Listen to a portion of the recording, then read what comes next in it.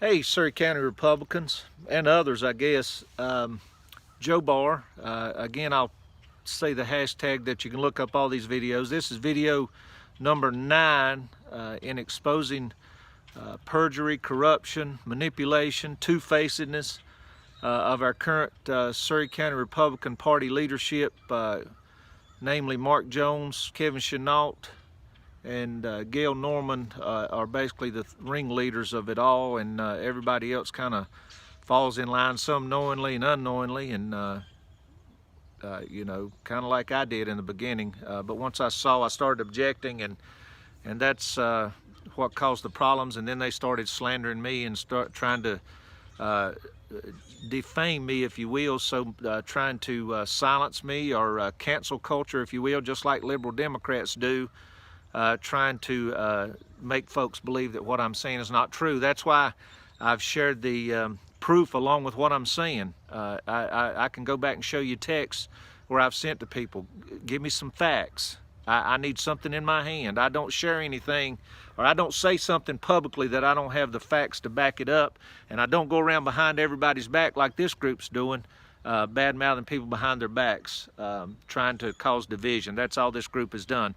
I'm going to hit one subject on each video now, I think, because they're getting kind of long. So I figure if I hit one subject each video, I can shorten them. I'd like to get them to 5 or 6 minutes. It allows people to watch them sooner and not have to spend so much time trying to catch 3 or 4 topics all in one video. What I'm going to touch base with on now is the vehicle. Back when Mark Jones committed perjury, and said he wasn't living in North Carolina. Some may recall that his state truck sat in the campground all the time, basically, didn't move. And I'm going to tell you how he worked that and managed that. The state allowed him and probably others to drive their personal vehicle as a work vehicle. At that time he had a white Suburban, I think it was, and he kept a notepad or notebook in his front seat, or some note-taking paper. And he meticulously kept notes on driving. So he was allowed to turn in his mileage that he drove on his personal vehicle, and so he never drove the state vehicle. If he did so, it was rarely, and the only time I'm aware of him driving it was after he was called out and it was brought up that he wasn't actually living here. I actually went riding around with him in the state vehicle a little bit. Anyway, so, and to give you an example of how he done that, we drove his white Suburban to Wilmington to the state convention. Well, he's from Craven County, moved to Virginia from Craven County. Now he lives here because there was an objection raised, and he had to get here to cover all the tracks up from him living in Virginia.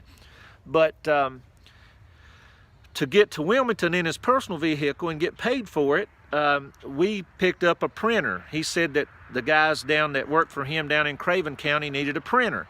So we took a tabletop printer from Mount Airy to Craven County in his personal vehicle. Well, once we get to Craven County, he counts all of those miles as work miles and logs those in to get paid for on his personal vehicle. And then we drive from Craven County, where we met the guys at for lunch, on to Wilmington, to the convention at Wilmington. And so he turned in the majority of those miles that we went to the convention as work miles, and then we went to the convention. Of course, he did the same thing coming back to Mount Airy, and so basically the mileage on the vehicle and the trip, fuel or whatever, was paid for by the state of North Carolina because he took that printer to Craven County, I believe it was, New Bern maybe. It was somewhere down, I think, where he used to live at. Anyway, that's how. So what would happen, he would leave his state vehicle in the campground, and when he used his truck, when he did, most of the time he worked from home just like he did now, which was at his place in Virginia near his mom and dad's house. He worked from there, just like he does now here in Pilot Mountain. He does most of his work on the computer, emails and stuff like that, and sending out directions, and occasionally, you know, doing some dove banding and stuff. I've been with him when he done that, banding doves' feet. So what he would do, if he had to use his vehicle for work, he wouldn't use his state truck. He would drive from Virginia to here in his Suburban, and then log any miles that he worked in his white Suburban and turned that into the state as mileage on his personal vehicle, and then log it back to Mount Airy, and then drive to Virginia where he was living at. Leave the state truck sitting over in the park all the time. And so that's how he managed to leave the vehicle, and that's why his state vehicle sat there all the time, because he couldn't have drove it to the state of Virginia where he lived at, so he logged in miles on his personal vehicle and separated the work miles from getting home to Virginia for his personal miles. And that's how he was able to pull that off, living in Virginia and claiming to live here, was by driving his personal vehicle for all his work and logging those miles.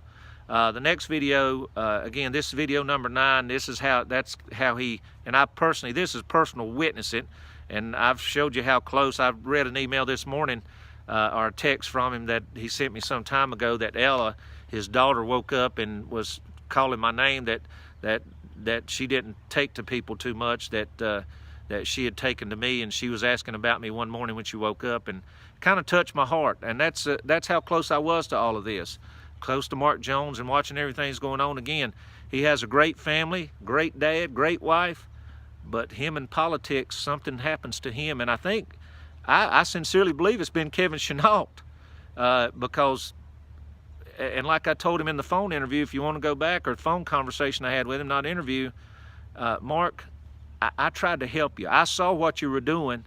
I saw what they were turning you into, and I tried to stop you, but you wouldn't listen to me. And I even said, you were me some time ago. And I had to see myself, and I'm trying to tell you.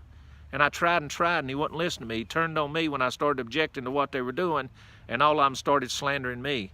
But anyway, that's how he managed not driving his truck. That was reported to sit over there all the time. The next video, I'm going to tell you, someone mentioned how a lady could go from saying she didn't know Mark Jones to knowing Mark Jones in court. I'm going to tell you how we pulled that off, or I was with him when we pulled that off, in the next video. It'll be video number 10. Hashtag Stop the Surry County Steal. Hashtag Stop the Surry County Steal on Facebook to bring up all the videos that are related to this, as well as any post of evidence. God bless Surry County. More to come.